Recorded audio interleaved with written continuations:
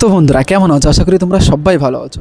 তো বন্ধুরা আজকে কথা বলবো আমরা যারা কলকাতা টিমটাকে ভালোবাসি আইপিএলে, তো সেই কলকাতা টিমের বিষয়ে।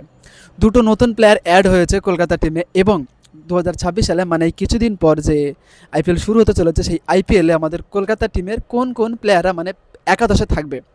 মানে প্লেয়ার তো অনেক কেনে, কিন্তু সমস্ত প্লেয়ার তো আর খেলে না, মানে একাদশে তো মানে 11 জন তো খেলে এবং সাবস্টিটিউট প্লেয়ার বা ইম্প্যাক্ট প্লেয়ার হিসাবে কিন্তু একজন থাকে।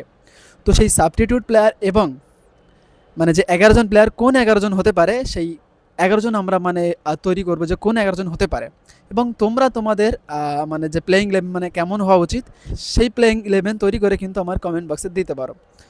তো বন্ধুরা চলো ফার্স্ট এটা বলি যে মানে কোন দুই প্লেয়ার মানে আমাদের নাইট রাইডার্স ফ্যামিলিতে যোগ দিয়েছে। তো প্রথম প্লেয়ার ছিল সৌরভ দুবে। মানে সৌরভ দুবে কিন্তু কার রিপ্লেসমেন্ট হিসেবে এসছে তোমরা কি জানো? আকাশদীপ, মানে আমাদের যে বেঙ্গলের যে একটা প্লেয়ার ছিল আকাশদীপ, সেই আকাশদ্বীপের রিপ্লেসমেন্ট হিসাবে কিন্তু এসছে সৌরভ দুবে। আর একটা প্লেয়ার এসছে, তার নাম হচ্ছে নবদীপ সাইনি।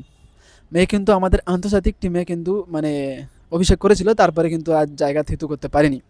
ওডিআইতে করেছিল, এমনকি টি20তে করেছিল, টেস্টও করেছিল, কিন্তু জায়গা থিতু করতে পারেনি। তো এখন চলো আমরা আমাদের নাইট রাইডার্স ফ্যামিলিতে মানে যে 11 জন প্লেয়িং একাদশ যে সেটা তৈরি করবো, চলো কেমন হতে পারে। তো বন্ধুরা আমরা প্রথমে রাখবো ফিন অ্যালেন।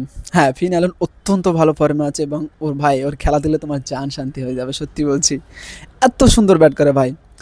তো তারপর থাকবে আমাদের ওপেনিংয়ে মানে ফিন অ্যালেনের সাথে থাকবে আমাদের ক্যাপ্টেন আজিঙ্কে রাহানে। তো 2 নম্বর হয়ে গেছে, মানে প্রথম ফিন অ্যালেন, তার সাথে আছে আজিঙ্কে রাহানে। তারপর থাকবে আমাদের স্টার বয় আনক্রিস রঘুবংশী। তো তারপর থাকবে মানে 3 নম্বর চলে আসছে আমাদের আনকিশ রঘুবংশী, 4 নম্বরে আসছে আমাদের ক্যামরন গ্রিন। তো বন্ধুরা তারপর 5 নম্বরে আমি রাখবো রিঙ্কু সিংকে, আমাদের ভাইস ক্যাপ্টেন কিন্তু এবছর রিঙ্কু সিং। তো মানে বিগত কিছু বছর কিন্তু রিঙ্কু সিংকে একদম শেষে খেলানো হচ্ছে, তো আমি চাইবো যে এবছর রিঙ্কু সিংকে একটু আগে খেলানো উচিত, আমার যেটা মনে হয়। তো আমার মনে হয় এটাই করবে কলকাতা।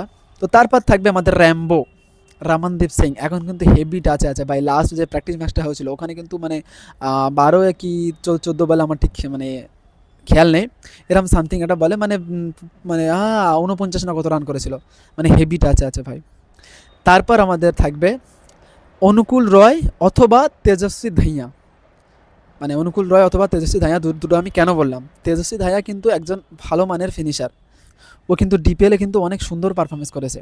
এবং আমি অনুকূল রয়ের কথাটা এই জন্য বললাম, এবারে যে তোমার সৈয়দ মুস্তাক আলী ট্রফি ম্যাচটা হয়েছে সেখানে কিন্তু অনুকূল রয় প্লেয়ার অফ দ্য টুর্নামেন্ট হয়েছে, এমনকি ওখানে ওর একটা সেঞ্চুরি আছে মনে হয়, না হলে 99 এরকম কিছু একটা নক আছে। তো সেই জন্য আমি অনুকূল রয় অথবা তেজস্বী ধাইয়া বললাম। তারপর থাকবে আমাদের সুনীল নারিন, মানে আমাদের কলকাতার জান প্রাণ, নারায়ণ নারায়ণ। তো বন্ধুরা তারপর 9-এ আসছে আমাদের বৈভব অরোরা অথবা উমরান মালিক। তো তারপর আসছে 10-এ আসছে আমাদের মাথিসা পাথিরানা। হ্যাঁ, মাথিসা পাথিরানা। 11 নম্বরে আসছে আমাদের বরুণ চক্রবর্তী। তো বন্ধুরা এখানে কিন্তু আমি ইম্প্যাক্ট প্লেয়ার হিসাবে রাখবো কার্তিক ত্যাগী অথবা মানে মানে ওখানে আমি যে বলেছিলাম বৈভব অরোরা অথবা উমরান মালিক, তো কার্তিক ত্যাগীর সাথে ওদের দুজনে একজন থাকবে, মানে 3টে ফাস্ট বোলিং থাকবে, 4 ওভার, 3 4 12 ওভার। তারপর হচ্ছে কি 4 ওভার তোমার সুনীল নারিন, 4 ওভার তোমার বরুণ চক্রবর্তী। এদের মধ্যে কেউ যদি একজন মার খায়, তো সেখানে কিন্তু আমি ওই জন্য বলেছিলাম যে অনুকূল রয় অথবা তেজস্বী ধাইয়া, সেখানে কিন্তু অনুকূল রয় বোলিং করতে পারবে, এমনকি ক্যামরন গ্রিনও করতে পারবে, র্যাম্বো মানে আমাদের রামনদীপ সিংও করতে পারবে। তো আমি এই জন্য বললাম। তো তোমরা বলো মানে টিমটা কেমন হয়েছে এবং তোমরা তোমাদের টিমটা কিন্তু কমেন্ট বক্সে জানিয়ে দেবে। তো আজকের ভিডিও ছিল এই পর্যন্ত। পরবর্তী কলকাতার নতুন আপডেট পেতে আমার চ্যানেলটিকে অবশ্যই সাবস্ক্রাইব করবে এবং পাশে থাকা বেল আইকনটি বাজিয়ে রাখবেন।